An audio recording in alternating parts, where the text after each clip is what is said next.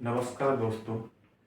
जैसा कि हमने भारतीय इतिहास को प्रारंभ किया था, उसी की आगे श्रृंखला में हम निम्न प्रापाषाण और मध्य प्रापाषाण, लोअर पैलियोलिथिक और मिडिल पैलियोलिथिक को पूरा कर चुके थे। आज हम उच्च प्रापाषाण काल, अपर पैलियोलिथिक एज के बारे में पढ़ेंगे, जिसे हम शॉर्ट में LPE कहते हैं, लोअर पैलियोलिथिक एज।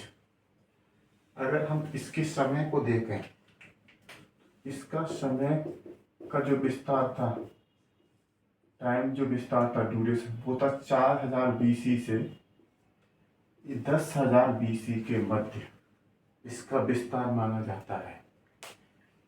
हम इसकी कुछ लक्षण देख रहे हैं कि इस समय के जो प्रमाण हैं बाकी निम्न प्रापाषाण और मध्य प्रापाषाण से कैसे भिन्न हम इसको अलग करते हैं, उसके कुछ लक्षण हमें मिले हैं। जैसे पहला प्रमाण क्या है, इस समय जो औजार पत्थर के बनाए जाते थे वो क्या है, ब्लेड ब्यूरिन संस्कृति के हैं।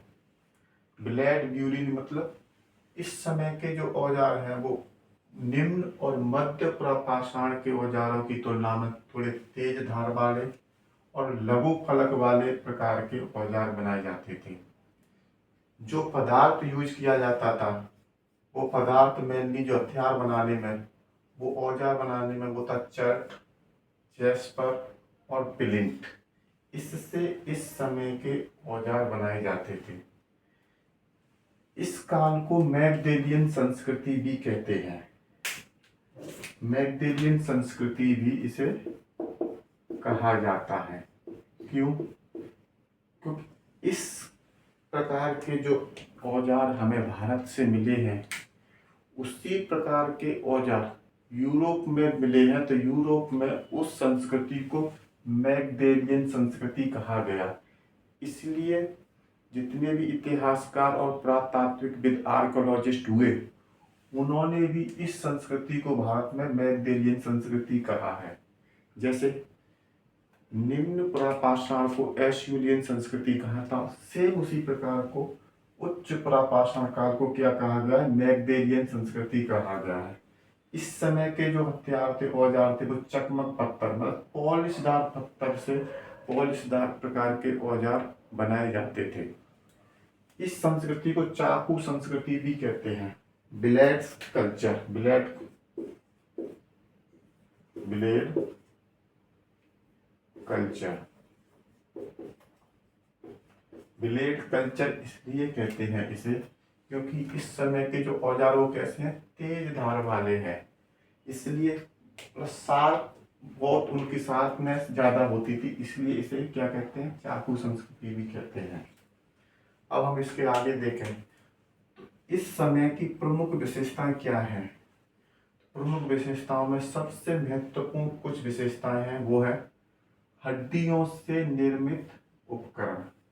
इस समय का जो मानव है, जो औजार बना रहा है, वो किससे बनाना प्रारंभ किया है, हड्डियों से। जानवर की हड्डियों से भी अब औजार बनाए जा रहे हैं, मानव की हड्डियों से भी औजार बनाए जा रहे हैं।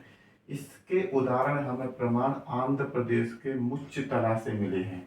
वहां पर हमें हड्डियों से बने औजार प्राप्त हुए हैं। दूसरी इसकी विशेषता क्या है, यह चकमक पत्थर के उपकरण हैं। पॉलिशदार और तेज धार वाले उपकरण इस समय मिले हैं हमें। तीसरी इसकी महत्वपूर्ण विशेषता है कि मानव इस समय क्या हुआ है, बुद्धिमान हो गया है। मानव इस समय होमोसेपियंस के हमें प्रमाण मिले हैं। हमने निम्न प्रापाषाण पढ़ा था, उस समय हमने नर्मदा घाटी क्षेत्र पढ़ा था, और नर्मदा घाटी क्षेत्र में हमने हथनोरा नामक स्थान से होमो इरेक्टस मानव का कपाल प्राप्त किया था। इस समय हमें होमोसेपियंस वो मानव है जो आज का जो मानव है ना, उसके पूर्वज को हम बोल सकते हैं होमोसेपियंस। तो होमोसेपियंस क्या है, थोड़ा बुद्धिमान, होमो इरेक्टस की तुलना में थोड़ा बुद्धिमान मानव माना जाता है। तो होमोसेपियंस के प्रमाण मिले हैं। कैसे प्रमाण मिले हैं कि हमें चित्रकारी के प्रमाण मिले हैं। इस समय उच्च प्रापाषाण काल का जो मानव है वो चित्रकारी उसने प्रारंभ कर दी है।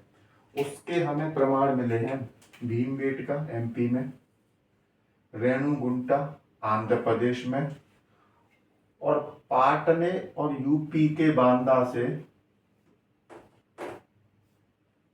शुतुरमुर्ग के अंडों के छिलकों पर चित्रकारी के प्रमाण मिले हैं हमें। शुतुरमुर्ग का जो अंडा बड़ा होता है उसके छिलकों पर चित्रकारी के प्रमाण हमें बांदा और पाटने 2 जगह से हमें मिले हैं। तो ये इसकी मुख्य विशेषताएं थी। अब हम इसके विस्तार को देखें कि यह जो काल था वो कहाँ कहाँ विस्तृत था, इसके हमें प्रमाण कहाँ कहाँ से मिले हैं।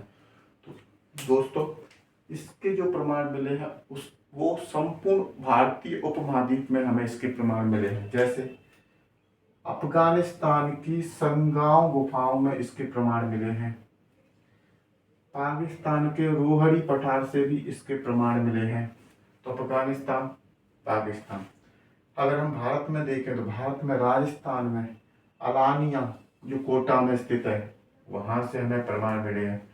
बूढ़ा पुष्कर कहाँ पर है? अजमेर में है, वहाँ से हमें इसके प्रमाण मिले हैं। हरसौरा जो कि अलवर में है वहाँ से हमें इसके प्रमाण मिले हैं। और बैराट से भी हमें इसके प्रमाण मिले हैं। बाकी हम देखें तो एमपी में बागौर भीमबेटका के आसपास का ही इलाका है, तो इसलिए भीमबेटका से भी हमें इसके प्रमाण मिले हैं। आंध्र प्रदेश में कुरनूल गुफाएं हैं, वहाँ से हमें मानव की खोपड़ी और मानव अस्तित्व के प्रमाण मिले हैं। यहाँ से हमें पता चलता है कि मानव गुफाओं में, कुरनूल की गुफाओं में खोपड़ी मिली है। तो मानव कहाँ पे रहता था? गुफाओं में रहता था इस समय।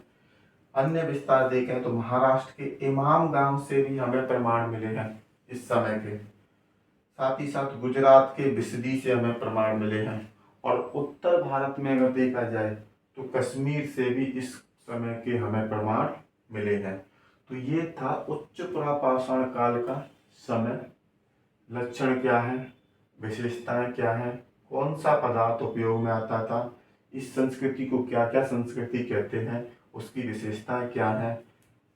अब मुख्य जो प्रश्न है वो है होमो सेपियंस के प्रमाण कहाँ मिले हैं, इस संस्कृति को क्या संस्कृति कहते हैं, शुतुरमुर्ग के अंडों पर चित्रकारी के प्रमाण हमें कहाँ से मिले हैं।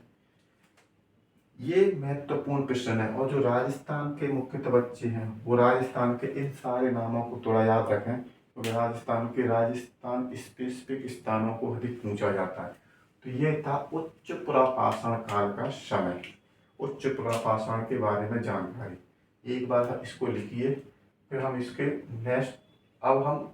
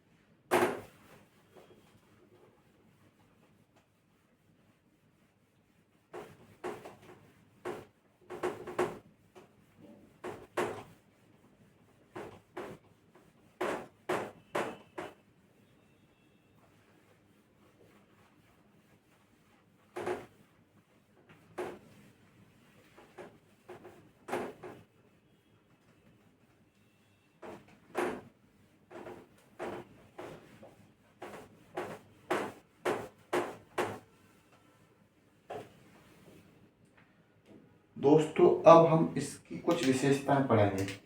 और वो विशेषता क्या है, अब हमारा निम्न प्रापाषाण, उच्च प्रापाषाण, मध्य प्रापाषाण और उच्च प्रापाषाण, मिडिल पैलियोलिथिक, लोअर पैलियोलिथिक और अपर पैलियोलिथिक समाप्त हो गया है। अब हम पैलियोलिथिक एज है,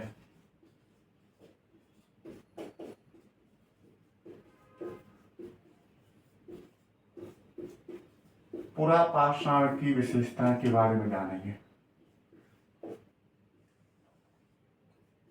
पुरापाषाण काल की मानव की विशेषताएं क्या है, इस समय मानव सामाजिक जीवन कैसा है, आर्थिक जीवन है या अस्तित्व में धार्मिक जीवन कैसा है, तो मानव इस समय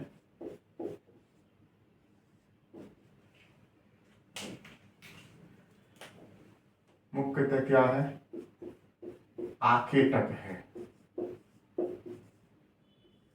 आखेटक मतलब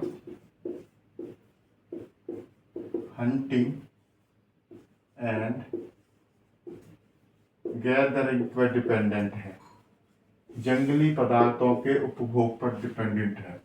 अब आप सोचिए आखेटक है तो उसके लिए क्या स्थायित्व जीवन होगा?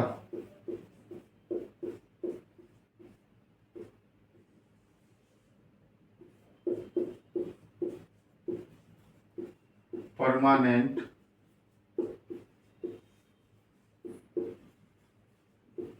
सेटलमेंट नहीं है, स्थायित्व जीवन नहीं है। स्थायित्व नहीं है, एग्रीकल्चर कृषि और हाउस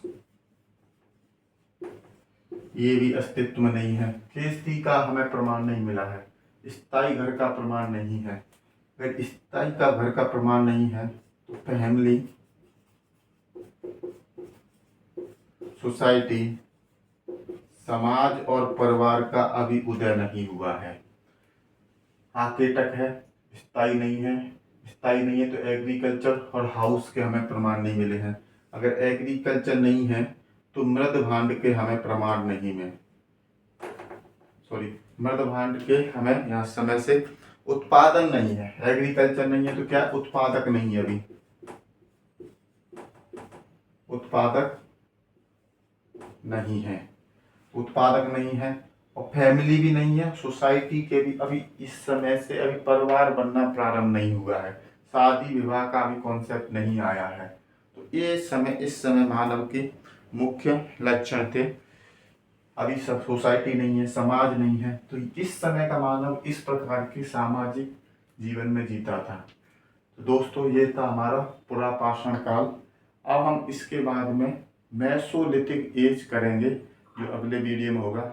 आपको अच्छा लगे तो लाइक कीजिए, अपने दोस्तों को आप भी शेयर कीजिए, सब्सक्राइब कीजिए, अपने दोस्तों को बताइए। जिसको जो लगता है कि हिस्ट्री, इतिहास को मेरे को समझना है, ब्रॉड में समझना है, तो आप चैनल को सब्सक्राइब कीजिए, और जिसको ज़रूरत है आप उसको बताइए। जय हिंद दोस्तों, नमस्कार।